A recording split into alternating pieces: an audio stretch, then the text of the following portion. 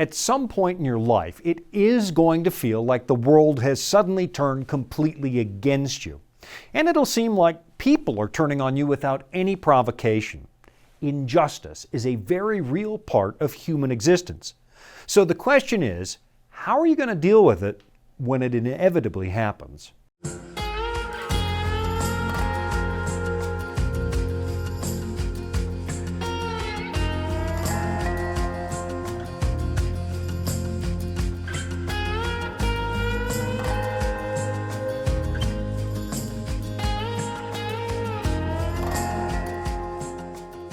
Over the course of a lifetime, most of us build some kind of personal philosophy, an intellectual model to help us navigate what appears to be a very chaotic world. As different things happen to us, we make slight adjustments to that model so that it still makes sense, much the way that a scientist might adjust a theory to fit new emerging data. And by the time you hit middle age, or even before that, most people's models appear to be rather baked in. You're not too likely to change your mind about things anymore unless there's very compelling evidence to do so. For the most part, our self-made philosophies serve us pretty well. We need some kind of framework to navigate life. But where the rubber really meets the road, where you're going to find out if your model is good, is in the home stretch. When you find yourself days away from life's finish line, looking death in the eye, is your worldview still going to sustain you? That was the question faced by the Roman statesman Boethius back in the early 6th century, when he suddenly found himself imprisoned and condemned to die for crimes he did not commit. The Western Roman Empire at that point was already yesterday's news. Romulus Augustulus, the last Western emperor, had been deposed in 476 AD, and in his place Gothic kings were ruling Italy from the city of Ravenna. First, Odoacer, who had removed the Western emperor, and then Theodoric the Great, who seized the Western throne at the prompting of the Eastern emperor, who was trying to get him to stop attacking Constantinople.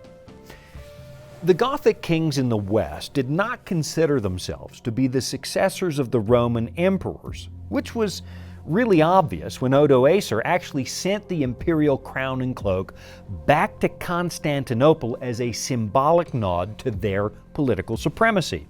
He just wanted to be the king of Italy, and he was happy to be somewhat subservient to the emperor. Now, in reality, there wasn't much subservience, but on paper, that was kind of the idea. Then, when Theodoric took the Western throne, he adopted the same attitude, an attitude of subservience to the East. But in his Senate, there was a great deal of apprehension and suspicion about the ambitions of Constantinople, to the point where rumors started to fly that perhaps some of the senators in their midst were moles, spies for the East in league with the Emperor Justin I. People's suspicions eventually landed on Boethius, a rather well-heeled and academically accomplished individual who made it his purpose to live a principled and ethical life. The efforts of Boethius to be honest and transparent were completely misunderstood by everybody, and he was accused of covering up a plot by traitors in their midst, and Boethius was condemned to death. It was during his time in prison that he wrote his most famous book, a book called The Consolation of Philosophy, which, I must say, is one of the most beautiful books handed down to us from the ancient world. It's part poetry and part prose, which makes it fun to read.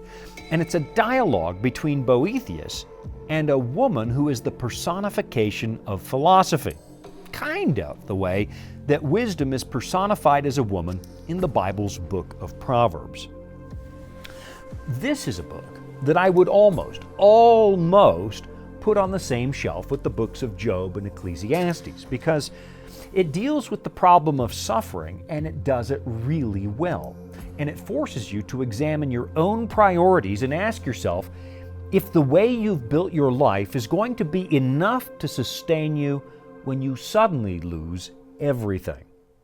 What good is your philosophy if it can't help you when life gets hard? Of course, it also raises political questions, things like, would you rather be right about things or favored by people? And the ultimate question raised in this book by Boethius is about your worldview. Is your understanding of the world enough to carry you through the very worst that life is eventually going to dump on you? At the beginning of the volume, Boethius laments the fact that wicked people seem to prosper, while principled individuals like himself were being punished all too severely. Here's what he writes. He says, "For myself, I have been parted from my possessions, stripped of my offices, blackened in my reputation, and punished for the services I have rendered. By contrast, images appear before my eyes of criminals in their dens, wallowing in sensual joys, the most abandoned of them plotting renewed false accusations, while good men are prostrate with fear as they survey my danger." If for some reason you thought that corrupt governments were a new thing, think again. That problem is as old as civilization itself. Boethius is thrown in prison for being a good man. His honesty and his dedication to ethical conduct has made him a threat to people who hunger after things like prestige or power. And the fact that Boethius was condemned to death for being good was driving other good people into silence. What happened was completely unjust. And what's surprising to some people is that the authors of the Bible express pretty much the same sentiment. I know that some people think the Bible is nothing but a work of religious propaganda designed to sell a religion. But this book is nothing of the sort. I mean, listen to this passage found over in the book of Psalms, where it says, "But as for me, my feet had almost stumbled. My steps had nearly slipped. For I was envious of the boastful when I saw the prosperity of the wicked. For there are no pangs in their death, but their strength is firm. They are not in trouble as other men, nor are they plagued like other men." The apparent lack of justice in our world is a very old problem, a problem that keeps a lot of good people awake at night. What's the use of living well if you never get to see a payoff? That's one of the biggest questions asked in the consolation of philosophy. Now, most of this book by Boethius appeals to ancient classical learning. It has all kinds of allusions to pagan philosophers and historians, which makes good sense. I mean, Boethius had a classical education. But he was also a Christian who tried to help heal the divide between the bishops of Rome and Constantinople, which perhaps didn't help the unfortunate perception that he was trying to overthrow the West. And of course, some of the big questions he raised are the same questions raised in the Bible. Boethius cannot understand why his life is ending so badly, and in that moment, he joins the likes of John the Baptist, who spent his life announcing the arrival of Messiah, but then died in Herod's prison after condemning a wicked king's reprehensible behavior. Now, in the time that you and I have together, there's no way we could put a dent in this whole book. So we're going to have to touch down on a few little highlights and make ourselves content with just that. What Boethius is doing is trying to find order in a universe when his world appears to be chaotic, which is something that we all eventually do.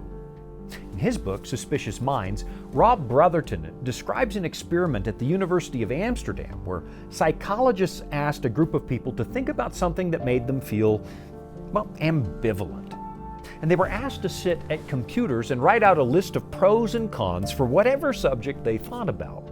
When they were finished, the computer was designed to spit out an error message, and they were told they had to do the whole thing again, but at a different terminal. At that point, they were taken to a really messy cubicle with a second computer, and they were shown a series of abstract images, a series of dots, some of which contained real pictures of objects and others that were simply random. What they discovered was absolutely fascinating. If the cubicle was messy, if it was a chaotic environment, more people found patterns in those random dots than those who took the time to clean up the cubicle before they did the test. In other words, something in our brains makes us crave order. And if there isn't discernible order in our environment, for some reason, our brains will manufacture it. So, when your life suddenly falls apart, there's something inside you that doesn't like it. You instinctively know it's not supposed to be this way, and your brain goes looking for reasons. And what sparks that, in my not-so-humble opinion, is the drive we seem to have to go looking for God when the world becomes a chaotic mess. All right, we've got to take a break, but then I'll be right back after this.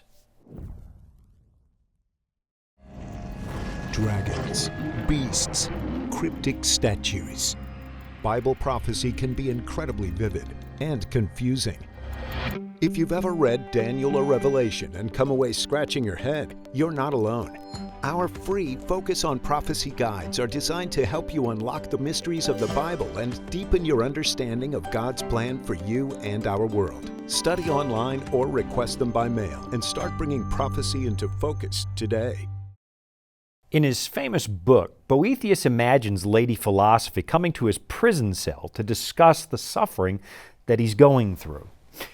And throughout the book, Philosophy, this lady, gently applies more and more remedies to correct his bad thinking, telling him that she needs to go slowly before she can give him the bitter medicine he really needs.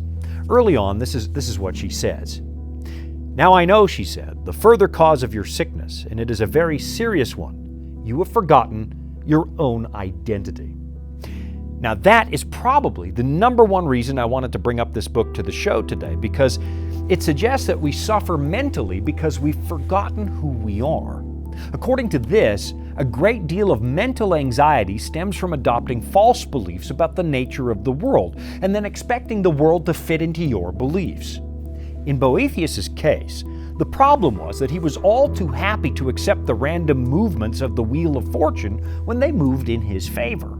He was happy with his pampered childhood. He was happy to be an important statesman. He was happy to have people go on and on about this wonderful landmark speech he made in front of the king. He had a very good life, and he thought fortune would smile on him forever. But when fortune suddenly shifted and his life fell apart, he felt cheated. More importantly, his mental framework for living had just fallen apart. Here's how he describes it. Fortune, in particular, her fawning friendship with those whom she intends to cheat, until the moment she unexpectedly abandons them and leaves them reeling in agony beyond endurance. But if you recall what she is, her ways and her worth, you will realize that you neither had nor have lost anything of worth through your association with her. You think that fortune has changed towards you, but you are mistaken. Her ways and her nature are always the same. What she has done is manifest towards you the fickleness which reflects her characteristic constancy. In other words, what did you think was going to happen, Boethius? Everybody's life is chaotic. Did you really think you were the one exception to the rule? All of us have to deal with living in a place that human beings thought they could manage without God. And so all of us succumb sooner or later to the results of living as fallen human beings. Because of the nature of our broken world, even good people suffer.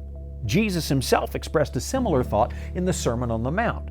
For he said, that's God, makes his sun rise on the evil and on the good, and sends rain on the just and on the unjust. You know, I think one of the things I like best about the writings of Boethius is just how, honest he is. When you read about the final days of Socrates, who was also condemned to death, the whole thing seems a little surreal. Plato makes Socrates seem happy, as if being imprisoned and condemned to die is the best thing that's ever happened to him. It's not a typical experience for a real human being. And you'll notice, by the way, it wasn't the experience of Jesus, who begged his Father in the Garden of Gethsemane to let the cup of extreme suffering pass. Honestly, I have trouble relating to somebody who loves the thought of dying, except maybe those few people who are suffering so horrifically that death would actually be welcome. But aside from that, very few people want to die. And Boethius is honest. He's as human as you and I are. And he raises the same questions we do when life suddenly becomes hard. Why? Where is the justice? How do we make sense out of this? And at the end of the day, the really big question, where is God when it hurts? Now, one of the most important ideas this guy brings up is the notion of lowering your expectations. If you don't go through life expecting nothing but sunshine and roses, it doesn't hurt quite as badly when your personal fortune takes a nosedive. If you sow seeds in your fields, Boethius writes, you must balance the barren years against the fruitful harvests. That's pretty good advice. It's easy to believe when times are tough that the universe is turned against you, but that's only because we quickly forget how good we've had it otherwise. And it's also because we've been living under the illusion that we actually own stuff. Which brings me to one of my favorite parts of this book. I mean, listen to this. This is Lady Philosophy talking to Boethius. She says, "When nature brought you forth from your mother's womb, I adopted you. You were naked then and bereft of everything. I nurtured you with my resources, and this is what now makes you so angry with me. I bent over backwards to spoil you and to give you a pampered upbringing. I hedged you round with the glittering panoply of all those riches rightfully mine. It now suits me to withdraw my gifts. You owe me a debt of gratitude for having enjoyed possessions not your own. You have no right to complain as if you have lost what was indisputably yours. So why moan and groan? I have not laid violent hands on you. Wealth and position and all such things are at my discretion. These handmaids of mine acknowledge their mistress, they come with me, and they retire when I depart. I can assert with confidence that if those possessions whose loss you lament had really been yours, you would certainly not have lost them." In other words, the only reason we feel lost when life becomes unfair is because we were living under an illusion that this broken world owes us something, that we actually own stuff. It reminds me of the story that Jesus told of a rich man who was living under the illusion that his possessions gave him personal meaning. It's found over in Luke chapter 12, where Jesus says this, "Then he spoke a parable to them, saying, The ground of a certain rich man yielded plentifully. And he thought within himself, saying, What shall I do, since I have no room to store my crops? So he said, I will do this. I will pull down my barns and build greater, and there I will store all my crops and my goods, and I will say to my soul, Soul, you have many goods laid up for many years. Take your ease, eat, drink, and be merry. But God said to him, Fool, this night your soul will be required of you. Then whose will those things be which you have provided?" In other words, your stuff's going to somebody else. It continues, "So is he who lays up treasure for himself and is not rich toward God." Here's the problem that Jesus describes. If you think your stuff is the meaning of your life, then you have no meaning when your stuff is suddenly gone. And someday, trust me, your stuff will be gone.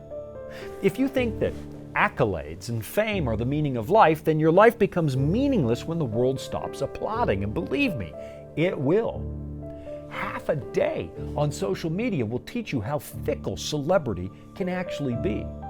At some point, everything you own, everything you've accomplished, everything that people praise you for, it's going to be gone. And then what? At that point, what does your life really mean? Take heed and beware of covetousness, Jesus warned, for one's life does not consist in the abundance of the things he possesses. In the story that Boethius tells, philosophy promises to give back everything if he can rightfully claim it belongs to him. And of course he can't, because even though you and I have title deeds and receipts to prove ownership in this life, none of us actually owns anything. I mean, you can lay your hands on it, you can claim exclusive use for one lifetime, but there's an undefeatable clock on the wall that says nothing is actually yours. And unless you understand that, losing everything is going to be very painful. So, the Bible presents another well-heeled, wealthy man who suddenly loses everything very unjustly, and here's what he says. Then Job arose, tore his robe, and shaved his head. And he fell to the ground and worshipped. And he said, Naked I came from my mother's womb, and naked shall I return there. The Lord gave, and the Lord has taken away. Blessed be the name of the Lord. In all this, Job did not sin, nor charge God with wrong. This guy understood that he owned nothing, which gave him the grace and the peace of mind under pressure to acknowledge that God had not done him wrong at the very worst moment of his life. I'll be right back after this. Here at the Voice of Prophecy, we're committed to creating top-quality programming for the whole family, like our audio adventure series, Discovery Mountain. Discovery Mountain is a Bible-based program for kids of all ages and backgrounds. Your family will enjoy the faith-building stories from this small mountain summer camp and town. With 24 seasonal episodes every year and fresh content every week, there's always a new adventure just on the horizon.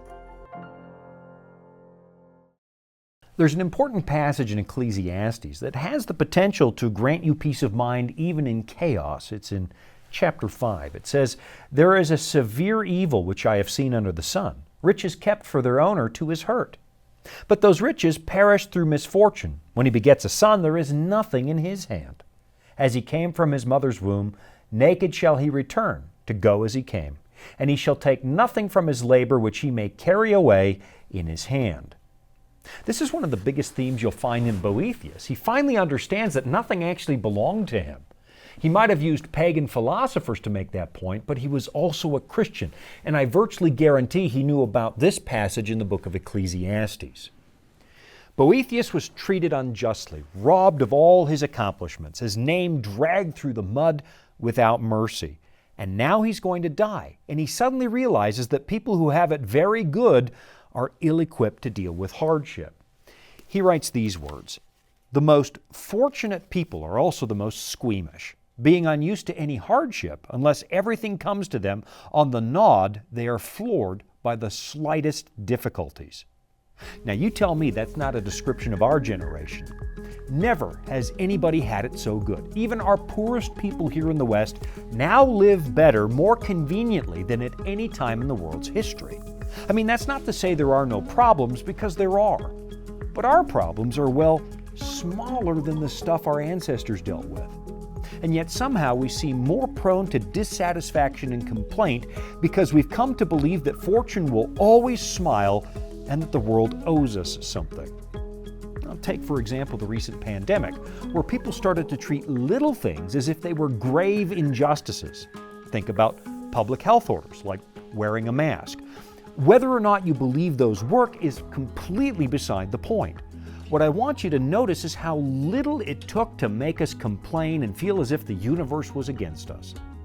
By contrast, a lot of our grandparents suffered unimaginably in the muddy trenches of Europe, and I don't ever remember my relatives grumbling about the brutal conditions of the labor camps, not even once. It's a matter of perspective, and that's where Boethius really shines, at least in my opinion. If as a traveler on life's path you had first set out with empty pockets, he writes, you could face the highwayman with a song on your lips. You know, all of us exchange our lives for something. Most of us, that's money, which is really just a form of congealed life. You exchange your hours for pay, which hopefully accumulates in the bank.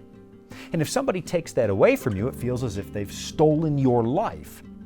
But if you remember that you've always been naked, that you don't really own anything, that might really help when bad times come. In the Bible, we have the example of Christ, who abandoned all the glories of heaven to become a regular human being, to the point where he dies with absolutely nothing, naked on a cross. That's the example that God sets in front of us, and the book of Hebrews says that Jesus did that for the joy that was set before him. Could it really be that the path to joy is self-denial? I know that doesn't seem to make sense, but what if it's true? Let me read you just one more passage from Boethius, where he really cuts to the heart of the matter. This is Lady Philosophy asking him a really tough question. She says, "Have you men no resources within you that you call your own, seeing that you seek your good in things external and distinct from you? Has the world become so topsy-turvy that a living creature, whom the gift of reason makes divine, believes that his glory lies solely in possession of lifeless goods? Other creatures are content with what they have, but you, who are godlike with your gift of mind, seek to embellish your surpassing nature with the grubbiest of things, and in so doing you fail to appreciate what an insult you inflict on your Creator. He sought to make the race of men superior to all earthly things, but you have subordinated your dignity to the lowliest objects." So if you think about what this means, if you find your worth in things, what does that actually say about you? I mean, here we are at the apex of creation, made in God's image, and we try to determine our worth by counting our things? It doesn't make sense. In fact, what you're saying is that the trinkets you own are worth more than you. And that's a completely backward view of human nature. I'll be right back after this. Life can throw a lot at us. Sometimes we don't have all the answers. But that's where the Bible comes in. It's our guide to a more fulfilling life. Here at the Voice of Prophecy, we've created the Discover Bible Guides to be your guide to the Bible. They're designed to be simple, easy to use, and provide answers to many of life's toughest questions. And they're absolutely free. So jump online now, or give us a call and start your journey of discovery. Boethius says that making worldly things the measure of your worth is going to leave you bitter and broken. He writes, "How rampant is this error entertained by you humans in thinking that anything can be enhanced by external adornment?" It's the same principle you find in the opening chapter of Romans, where Paul describes our biggest problem like this. He says, "Professing to be wise, they became fools, and changed the glory of the incorruptible God into an image made like corruptible man, and birds and four-footed animals and creeping things." What we've done is turn our attention away from the actual center of our being, away from our Creator, and we've put our emphasis on stuff. Paul is talking about idolatry here in Romans, the worship of mere creations. And in a way, that's what we're doing when we find our worth in good fortune. But what the Bible teaches is that your worth does not depend on what happens to you. I mean, this world even turned on the Son of God. And at that point, the most important thing in the world is to know for sure, as it says in the book of Acts, in Him we live and move and have our being. Naked you were born, and naked you will die. And in between those 2 points, you and I, it turns out, were really naked all along. You know, historically speaking, there's a very long list of Christians who went to unjust deaths, but they had a smile on their faces. And you've got to wonder what exactly they found in this book. Maybe it's time to give this book another look, because we're all going to face hardship and we're all going to die. And what's in your heart and mind when that moment comes, well, it's going to make all the difference in the world. Thanks for joining me. I'm Shawn Boonstra. This has been Authentic.